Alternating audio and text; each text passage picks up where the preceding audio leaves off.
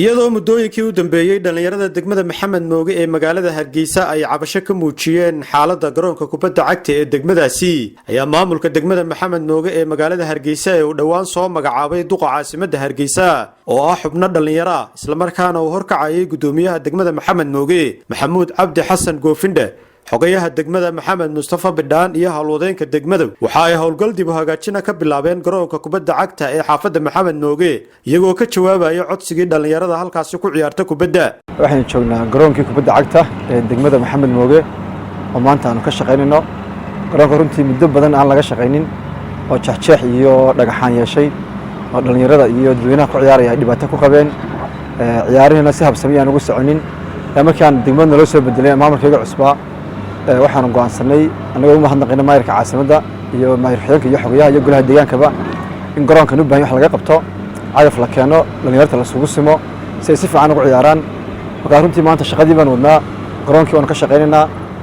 dhalinyarada waxaan ugu bashaarinaynaa insha Allah in garoonka loo hagaajinayo. waxaan imika ku sugannahay garoonka degmada Maxamed Mooge kubadda cagta hawl wanaagsan baan maanta ka wadnaa garoonkan oo inaan dhalinyaradu hagaajino oo iskugu sinno oo baahidii garoonku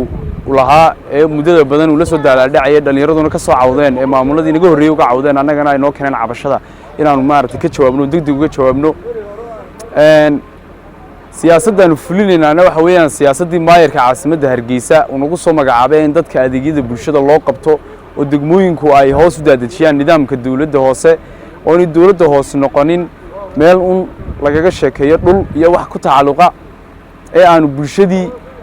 iyo deegaanadii laga soo doortay xildhibaanada ee dawladda hoose Hargeysa meteliyay la gaadhsiiyay adeegyadii dawladda hoose. bahda ciyaaraha ee degmada Maxamed Mooge taageerayaasha iyo sidoo kale dhalinyarada degmadaasi ku nool ayaa waxay u mahad celiyeen maamulka degmada Maxamed Mooge. runtii waxa shaqo wanaagsan ay ka socotaa waxa weeye garoonka Maxamed Mooge Stadium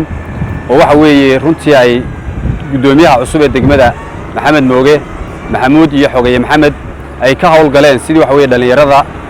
degmadaas loogu hagaajin lahaa ama dayactir loogu sameyn lahaa garoonka.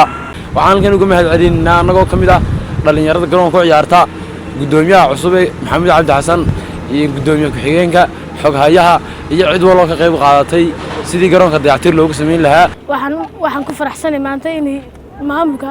degmada Maxamed Mooge noo hagaajiyeen garoonkii in badan dayactirnaa. maayirka caasimadda Hargeysa oo Cabdikariim Axmed Mooge noo soo doortay gudoomiye fiican iyo xogayaal fiican oo maanta waan wax qabadkooda ka dhex muuqano laakiin aad baan ugu mahadnaqaynaa waana u hambalyeynaa xulnayna hambaliyo